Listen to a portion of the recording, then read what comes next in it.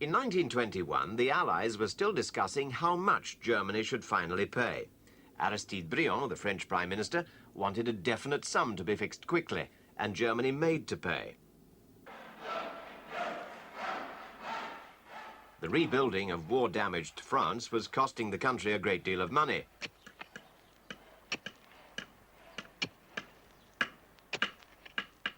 Why should the French be taxed more heavily to pay for all this when the money could be squeezed out of Germany?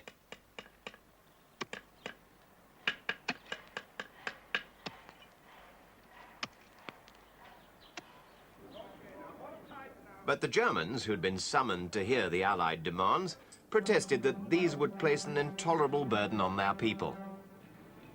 They'd argued that the Germany to which they were returning had suffered poverty and unemployment in the years since the war and couldn't afford the vast sums demanded by the Allies.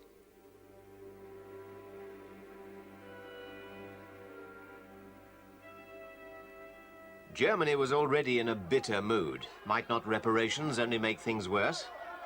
But these arguments didn't impress the Allies, who fixed a sum of £6,600 million for the Germans to pay.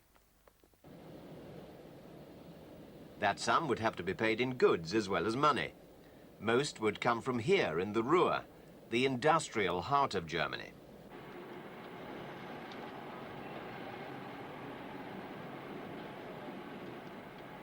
But at the end of 1922, the Germans fell behind with their payments, and Raymond Poincaré, the new French Prime Minister, decided to act.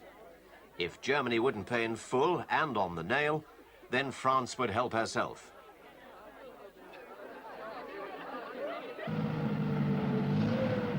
So, on the 11th of January 1923, French and Belgian troops entered the Ruhr to force the Germans to pay up.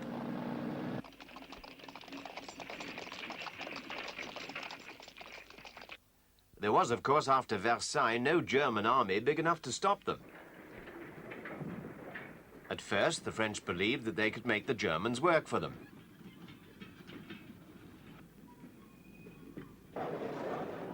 But suddenly, German politicians and people were united in a common cause, hatred of the French, and huge protest meetings were held all over Germany. Workers in the Ruhr refused to cooperate with the enemy, and the German government supported the strikers. Germany's industrial heart stopped beating, and the goods trains, which should have been carrying German wealth to France, lay idle in the sidings. The French hit back by bringing in their own workers to get things moving again.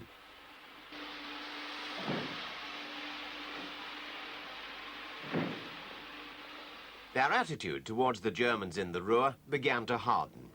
They tried to cut the Ruhr off from the rest of the country. German visitors were searched as if they were entering a foreign land.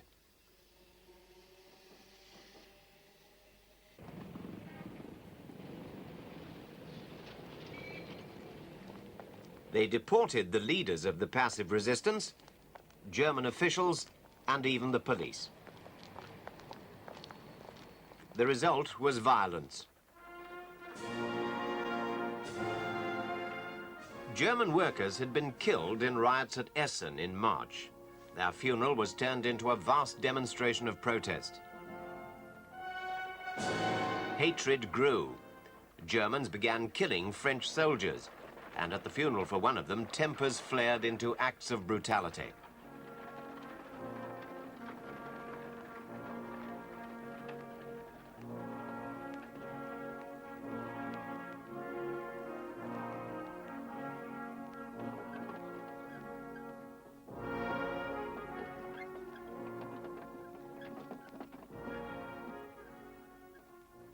(1923) was disastrous for Germany. In that year, the great German inflation reached its peak. For some time, the value of the mark had been dropping, and as the value of the notes decreased, so the amount of notes needed to buy things grew.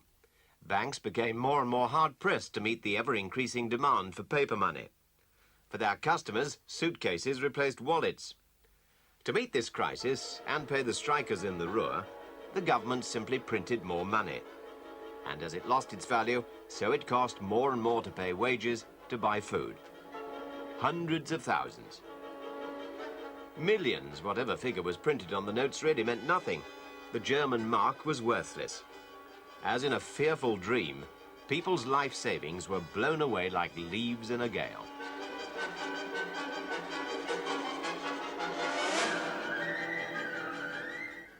As Germany slid towards disaster, Gustav Stresemann was appointed Chancellor.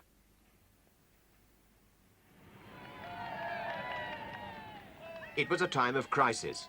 The loss of production in the Ruhr was making inflation even worse, and Stresemann realized that the only way to help the economy back to normal was to call off resistance there and get production going again. The government also announced that Germany would resume the payment of reparations. It was the only possible way of getting the French out. But to the nationalists, it looked like yet another pathetic surrender to Germany's enemies. General Ludendorff, who'd never accepted that Germany had been defeated, gave his support to Adolf Hitler, the leader of the new National Socialist Party. In Munich, the capital of Bavaria, they decided to try and overthrow the government. But Hitler's stormtroopers were not yet powerful enough and couldn't get the support of the army or the police. Their November uprising failed and merely ended in confusion and 14 deaths. Ludendorff and Hitler were put on trial for treason. Ludendorff was let off. Hitler was sent to prison, where he brooded on his failure for a few months in rather comfortable surroundings. Meanwhile, inflation was being brought under control. The old worthless money was called in and destroyed and replaced by a new currency. At the same time, a committee under Charles Dawes, an American, was set up by the Allies to scale down the reparations so that Germany could afford to pay them.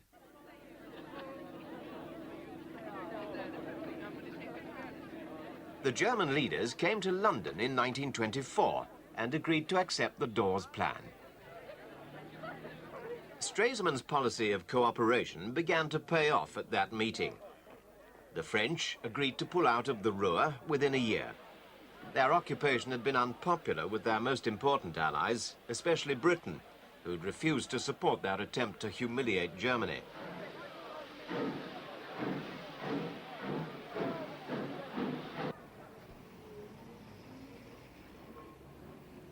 As German industry returned to normal after the chaos of occupation and inflation, Stresemann brought off another triumph, this time at Locarno in Switzerland. Under the Locarno Pact of 1925, France, Belgium and Germany agreed to respect the frontiers between them, and Britain said she'd support any country that was invaded.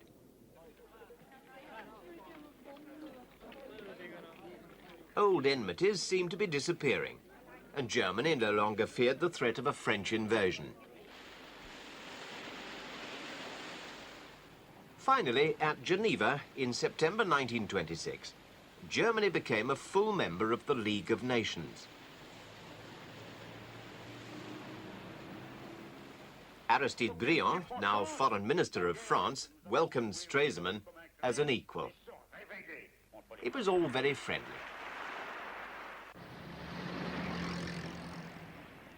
By now, life in Germany appeared to be returning to normal. The Germans relaxed.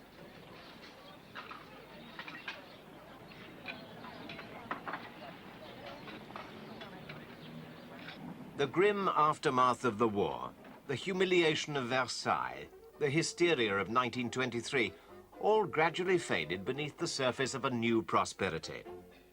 For a defeated nation still paying for a lost war, the Germans appeared not to be doing badly. They could afford to live it up a little, have a good time.